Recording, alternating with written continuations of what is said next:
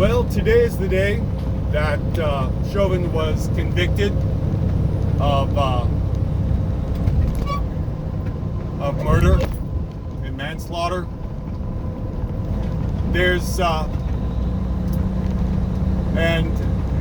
there's a great deal of relief regarding that, and great talk of all the differences that'll make, and isn't it exciting that someone's held accountable? And yes, I guess it is exciting that someone's held accountable.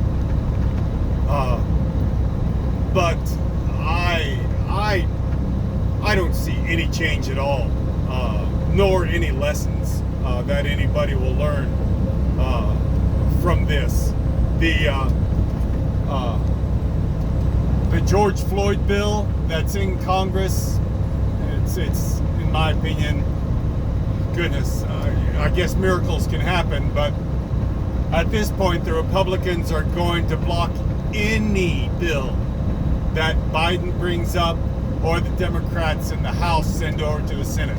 They will, if Biden or the Democrats in the House come up with a bill that says kittens are fluffy and cute, they'll block it because it's a Democratic bill. That's what they've been doing for years out of mind, and that's what they'll continue doing.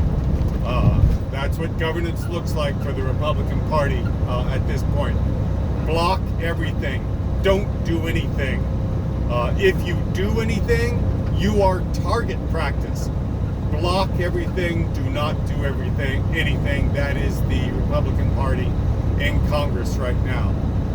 You might hope that the conviction of Chauvin would be a object lesson for other police officers, and I don't see that either. I mean, if you're a police officer, maybe the lesson you can take away is if there are 5 or 6 people videotaping you, then that might not be the best time to kill an unarmed black man.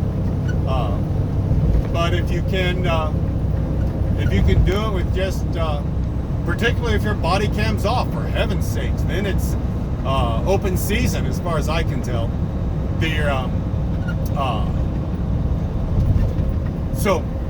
One, don't do it if there's a lot of people taking video of you killing the person at the time. And 2, if you're going to kill an unarmed black man, do it fast. Shoot them with a gun.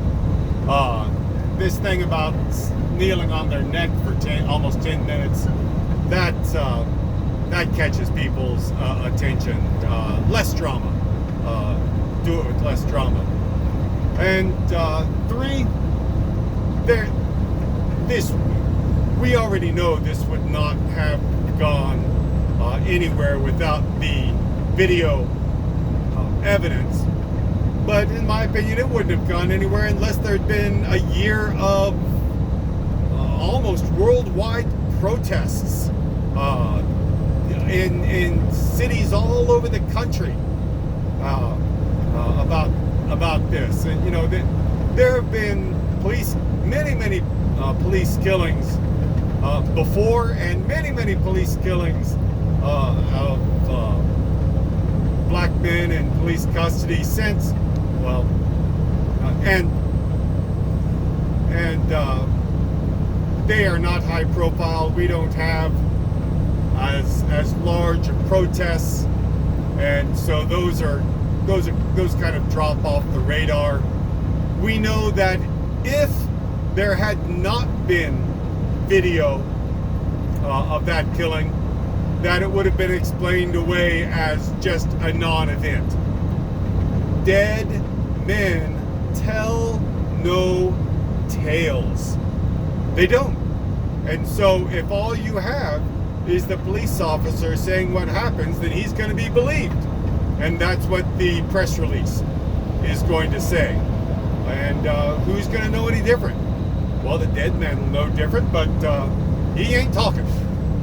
And so that would be another lesson that even the most dense police officer would have to be palpably closing his eyes not to recognize. The next thing about it is there's going to be almost an immediate appeal.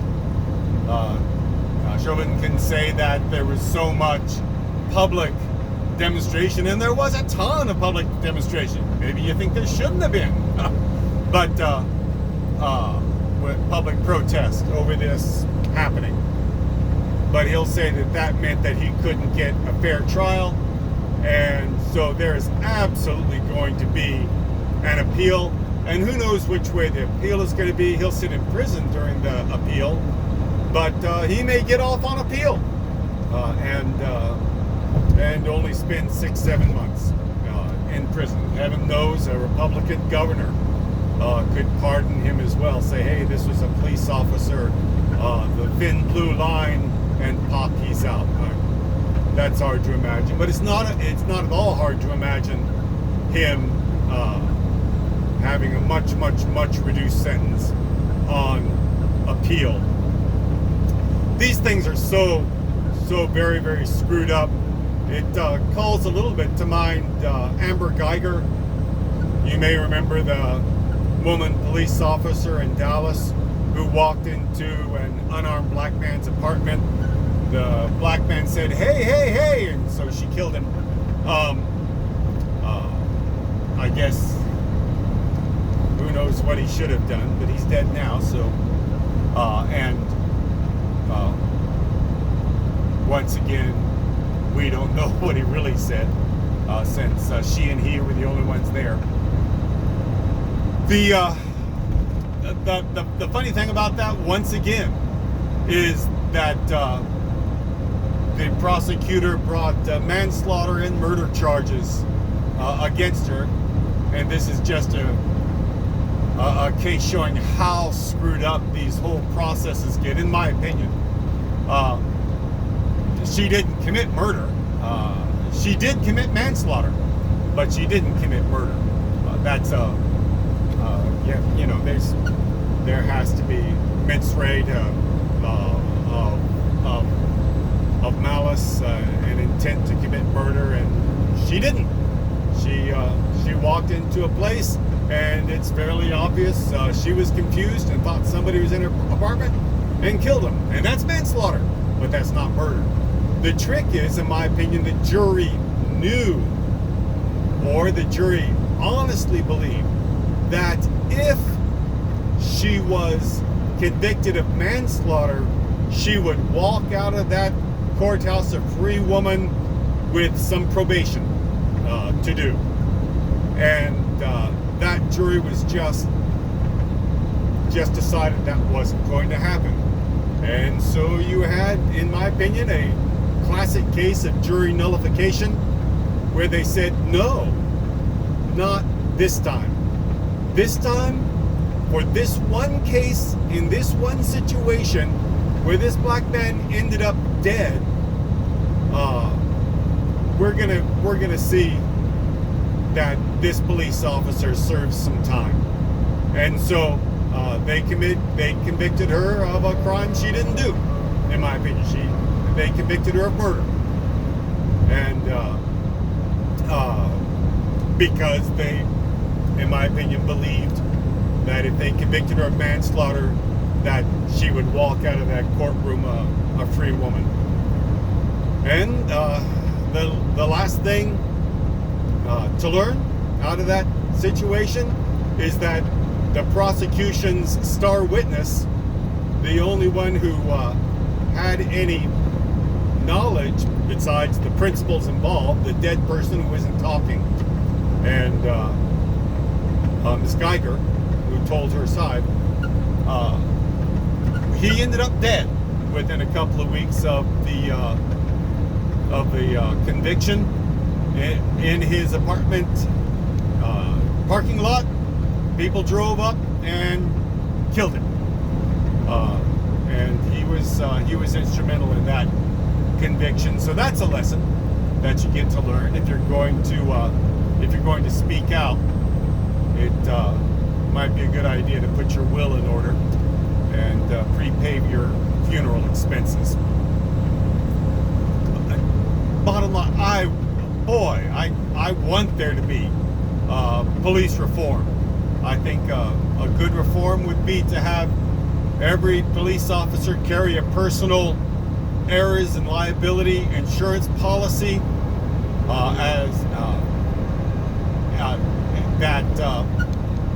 that if that police officer commits stupid and dangerous acts as a police officer, that their premium goes sky high, and that policy would follow them throughout their career, and it would either be canceled or the premiums would be triple, and the next police department who wants to hire them can either decide to pay triple premiums or to find someone who's not been acting like a fool as a police officer. And then the next thing would be body cams that cannot be turned off. And I'm sorry, that means your body cam is going to be on when you're relieving yourself, but that'd just be a price of being a police officer. Or else to say when you're taking a break to do your business, then you can turn it off, but you're also not permitted to execute any of your responsibilities as a police officer during the time when the body cam is turned off. Those would be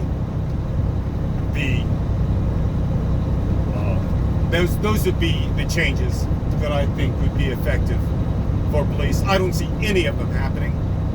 More and more we're having body cams, but they just, seems to me, are magically turned off or not working very often when we come into situations like this. And then once again, we have the police officer's word for what happened and the dead man's non-statement for what happened, and everybody in a sense needs to believe the police officer, because otherwise the one who's it just gets too scary to function. If the person who we've charged with enforcing the laws is actually the person transgressing the laws and making up the story for whatever they want it to sound like, to justify themselves.